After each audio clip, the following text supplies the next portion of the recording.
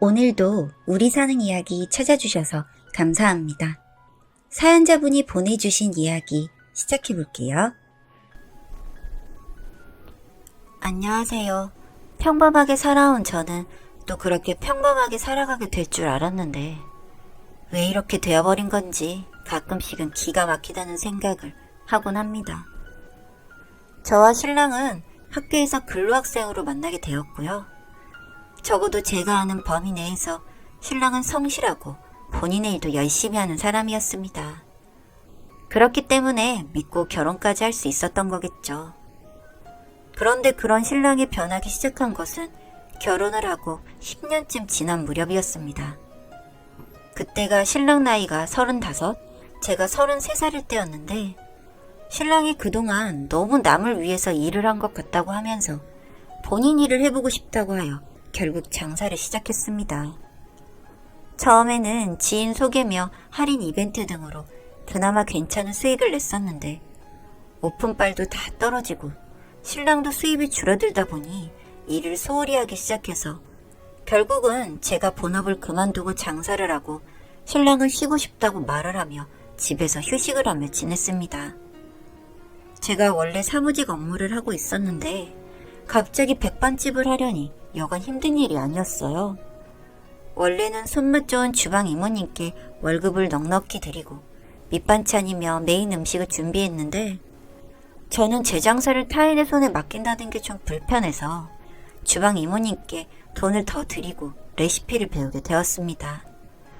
물론 이모님께서 요리를 배워서 하시는 분도 아니시고 레시피라고 거창하게 말하니 저에게 알려주실 때 버벅거리기로 했지만 그렇게 저는 그 레시피를 토대로 나중에는 제가 직접 음식을 하거나 다른 주방 이모님들께 음식하는 법을 알려드리기도 했고 힘을 내보자는 뜻에서 우수 사원에게는 인센티브를 지급하는 등 여러 방면으로 사업을 살려보려고 노력을 했습니다.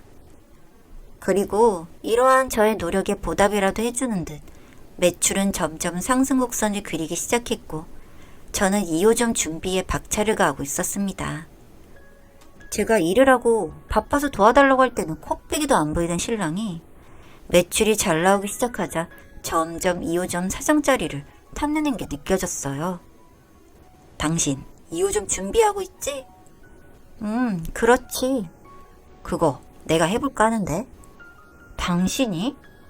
당신 음식도 못하잖아. 아우, 그런 거 아줌마 쓰면 되지. 나는 가능한 직접 음식을 할 수 있는 사람이면 하는데. 가족끼리 왜 그래? 1호점을 당신이 했으니 2호점을 내가 하는 건 당연한 순서 아니야? 왜 대답이 없어? 생각해볼게. 그럼 당신 그 전에 음식하는 거라도 좀 배워야 하지 않겠어? 사업자 내고 하려면 자격증이라도 있어야 할 텐데 지금부터라도 학원 다녀봐. 그래야지. 그렇게 저는 신랑에게 요리학원을 핑계로 학원에 보내고 어차피 집안일도 하지 않던 사람이다 보니 집에 가정부를 한 명 들이기로 했습니다. 집에서 놀고 먹고 집안일도 안 하는 신랑 뒤치다꺼리 하는 것도 질렸고 수입도 상승 곡선이니 이 정도 지출은 괜찮지 않을까 하는 마음에서였죠. 사실 제가 경제활동의 일선으로 나오기까지 정말 신랑이랑 많이 싸웠었습니다. 결혼하고 나서는 작은 선물 하나 사주지 않던 인간이었고 똑같이 일하면서도 주방 일은 여자가 라는 말을 달고 살면서 회사를 그만두고 밥 장사를 하길래 어찌나 어이가 없던지. 고집이 센 사람이라서 어차피 제가 말려도 할 거라는 걸 알아서 가능한 작은 금액을 투자해서 장사를 시작하다 보니 조금 도심 외곽지로 빠졌는데 또 그걸 문제 삼아서 위치가 이래서 장사가 안 된다며 제 탓을 했습니다. 그렇게 투정을 부리다가 저한테 하라며 본인은 집에서 놀기 시작했고요. 저는 투자한 돈이라도 회수할 목적으로 일을 그만두고 음식을 했는데 홍보하는 회사에 돈을 주고 마케팅도 하고 앞서 말씀드린 것처럼 직원들에게 인센티브도 챙겨주고 하니 주변에서 평판이 좋아진 거였어요. 그냥 음식 맛보다는 가게가 괜찮다는 평이었죠. 어떻게 새로 살린 가게인데 그걸 탐내나 싶어서 신랑이 너무 미웠습니다. 그리고 이런저런 걸 떠나서 제가 벌어온 귀한 돈으로 주식이나 도박을 하고 있는 꼴을 보고 있으면 정말 당장이라도 이혼을 하고 싶었어요. 며칠 뒤 저는 집에 가정부를 고용했습니다. 맘카페를 통해 알게 된 사람인데 어린 아이를 키우고 있는 미혼모였습니다. 사정이 딱하기도 하고 기왕이면 돕는 마음으로 급여도 넉넉히 책정해줬고요. 그렇게 몇 달이 지났는데 하루에도 몇 번씩 2호점 이야기를 하는 신랑이 그런 말을 하는 빈도가 눈에 띄게 줄어들어서 좋았는데 하루는 제가 컨디션이 좋지 못해서 집에 일찍 들어가려 했는데 집 문 앞에서 울고 있는 가정부를 만나게 되었습니다. 무슨 일 있으세요? 사모님, 다름 아니라 말씀드리기가. 그렇게 말을 하며 우는 그분을 데리고 근처 카페에 가서 이야기를 했습니다. 일하는 게 많이 힘들어서 그래요? 그게 아니라 사실 사장님께서 자꾸 성희롱이나 추행을 하세요. 네? 아까도 제 엉덩이를 손으로 스치고 가시고 계속 애인하자는 그런 말을 하셔서 잠시 나와 있었어요. 죄송해서 어쩌죠?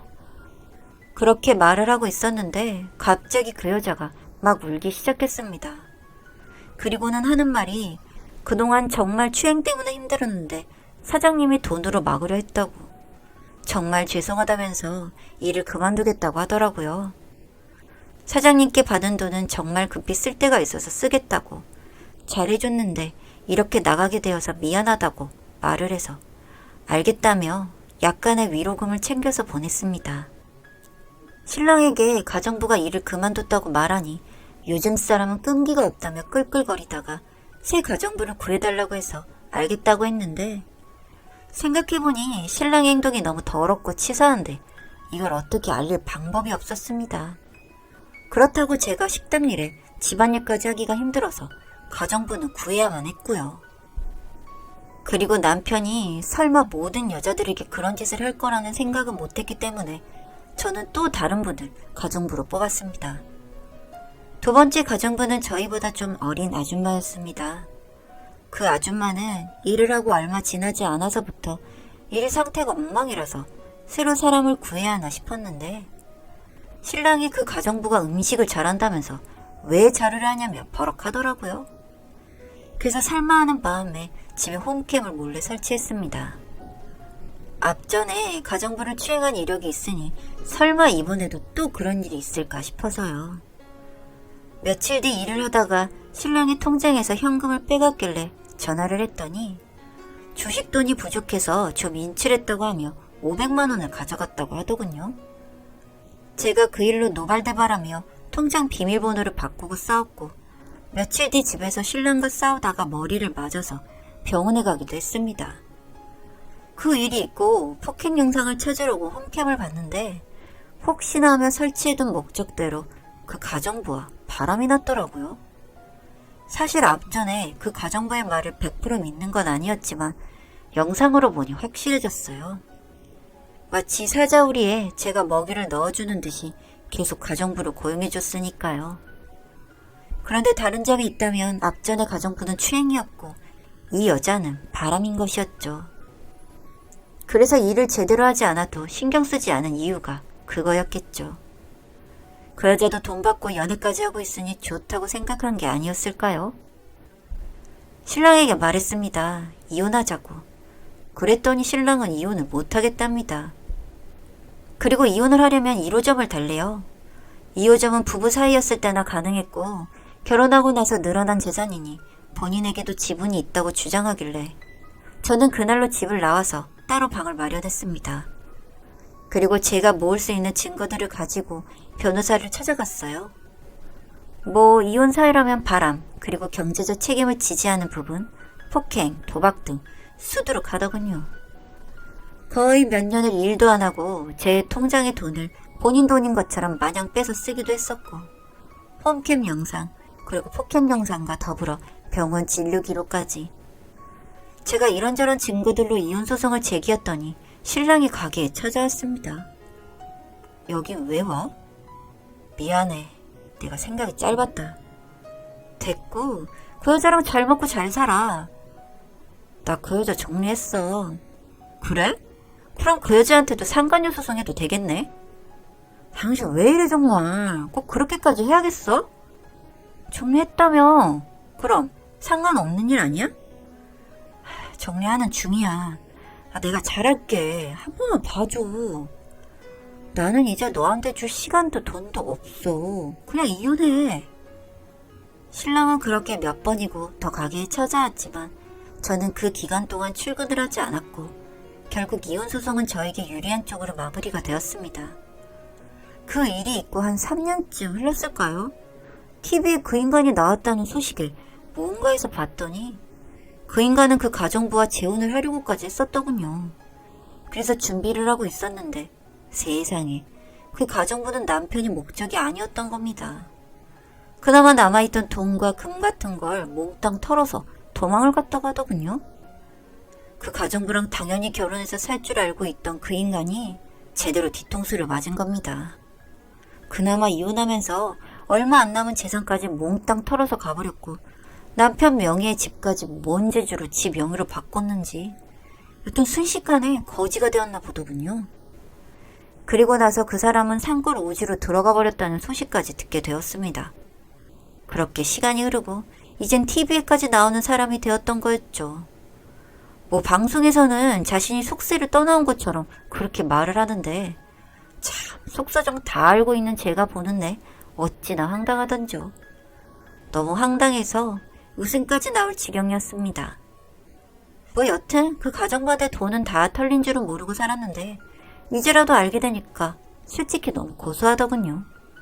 정말 속세의 모든 것을 사랑하던 그 인간이 오죽하면 산골 오지로 들어가서 저리 살고 있나 싶기도 하니까 더 고소했고요. 그렇게 일하기 싫어하던 인간이 한순간이라도 몸을 움직이지 않으면 배고프고 추운 그런 데서 지낸다고 하니까 왠지 발 쭉 뻗고 꿀잠 자게 되었네요.